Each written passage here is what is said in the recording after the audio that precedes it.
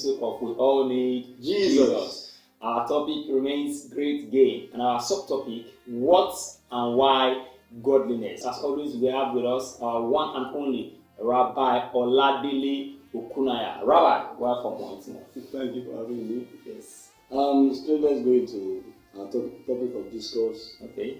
1 Timothy chapter 4. Timothy 4. Verse 1 to 8. Okay. I'll just read through. Emphasis is on verse 8. Okay. Now the Spirit expressly says that in latter times some will depart from the faith, giving heed to deceiving spirits and doctrines of demons, speaking lies in hypocrisy, having their own conscience seared with a hot iron, forbidding to marry and commanding to abstain from foods which God created to be received with thanksgiving, for those who believe and know the truth. For every creature of God is good, and nothing is to be refused, if it is received with thanksgiving, for it is sanctified by the word of God and prayer. 6. If you instruct the brethren in these things, you will be a good minister of Jesus Christ, nourished in the words of faith and of the good doctrine, which you have carefully followed. 7. But reject profane and old wives' fables, and exercise yourself towards godliness. For bodily exercise profits a little, but godliness is profitable for all things, having promise of the life that is now is, and of that which is to come. We saw it out, verse 1 of the text we took. Now the Spirit expressly says that in latter times some will depart from the faith. Yes. So godliness is that power that is released to keep us in the faith, and to avoid us from going against the faith, to keep us, to guard us against the perish of the last days. We also said that it is the requirement of the pathway to the life that is promised by the Lord. Explain that a little. That's going to be the major focus of our discussion today. Okay. We say it is the requirement, the pathway, the thing that leads to the life promised by the Lord. Then I have something to add to that.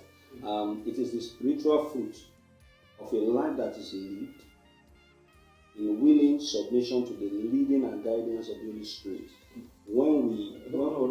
Take that line again.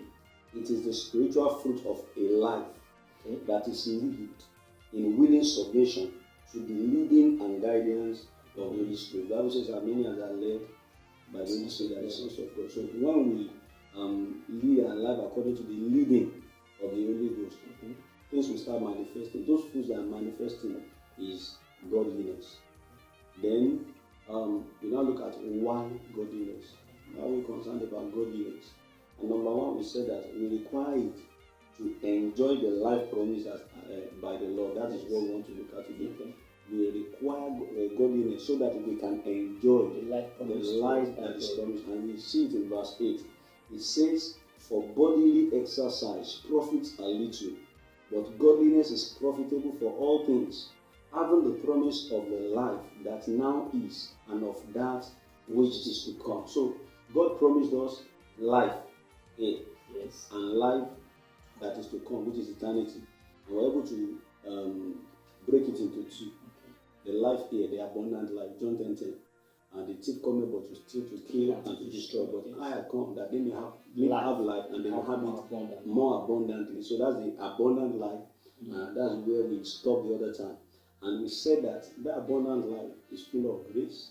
It's full of the things that God has given us to enjoy it. You can see down in 1 Timothy chapter 6.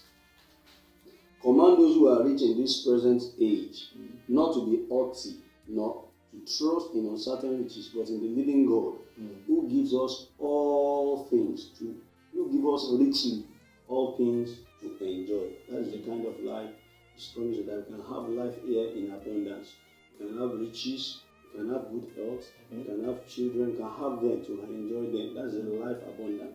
And we also reference what is said in Matthew 19, when Peter asked him, "We've left all. What do we get in return?" And he said, "Whatever you have left, you get much more in fold plus persecution."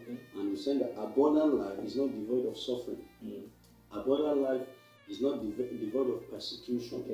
Then the same God that makes the suffering and persecution, affliction a part of abundant life, also supplies grace also supplies comfort. He also supplies consolation. So in that abundant life is a total package.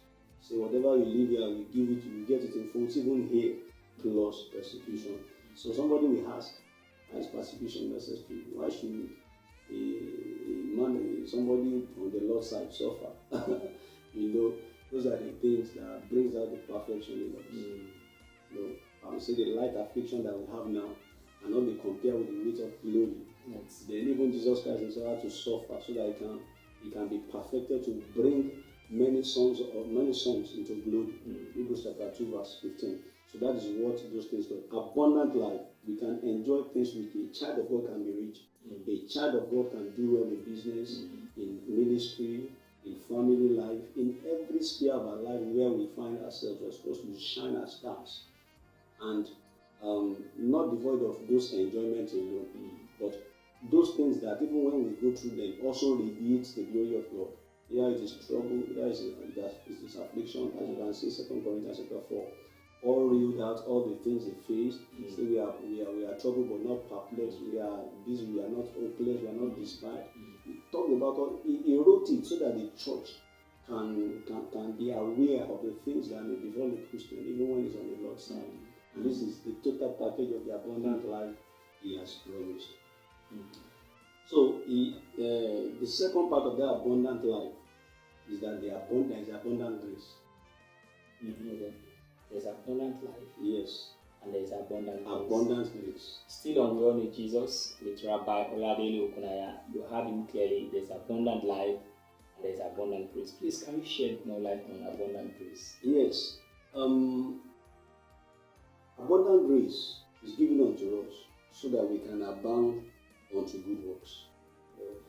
It is given to us that we can abound unto good works. Whatever we do, it is by His grace. Paul said, I am what I am by His grace. So, 2 Corinthians chapter 9, verse 7 to 8, Paul was talking about giving. If you give sparingly, you are repaid. And he said, in verse 8, now said that God is able to make all grace abound unto us, so that we do not lack anything and we are bound to every good work. So He supplies the grace.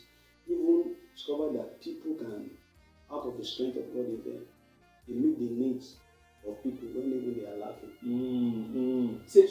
Please say that again. People can supply what they want, what is a lack in them, to others. That is what the grace of God does. So either we are base or we are bound. We can, and there is a grace to come unto good works. That is the abundant grace part of it. Okay. We can abound, we can be abased, but we still come unto good works. So what you just said is that with the Spirit of God, one can be lacking yet helping others. You can supply even what you lack. No, not even lacking. What you lack is what you can even still supply to others. You can supply it. The story of that widow woman. Okay. They don't have enough food. Okay. That's what they have left to eat and they die. And Elijah came and they were able to supply. Minister Tuesday, they supplied his needs. It is by grace. There is a grace of God that was. So you are saying grace, giving is attached to grace. You need grace to give. Yes. That's what you just said. Yes. There's a grace that is attached to it. Then the last one which I have mentioned on the abundant life is God has given us all things richly to enjoy. Richly, whatever God gives to you, He gives you richly. The blessings of the Lord make it rich and added no sorrow.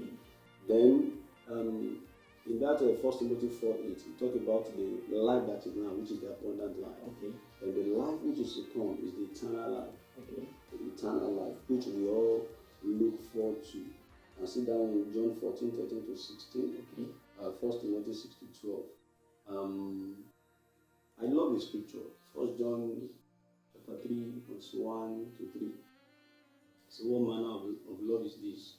That the Father has bestowed upon us that we should be called the children of God. Now the world does not know us because they don't know Him. But we know we are His when He appears, that we shall be like Him. When He appears, that is, we shall be like Him. What is God? What is eternal? We shall be like Him when He appears. So we will become eternal too. We become immortal. No, man has beginnings, so we cannot be eternal. So So become immortal. He promises You want to become immortal. What is the difference between being immortal and being eternal? eternal has no beginning, has no end. That is God. So we can become immortal. Immortal. And he promises a life that is unending, a life that is free of death, that's free of affliction. He promised, and he now says in verse 3, any man that has this hope in him, Yes. purifies himself. Yes.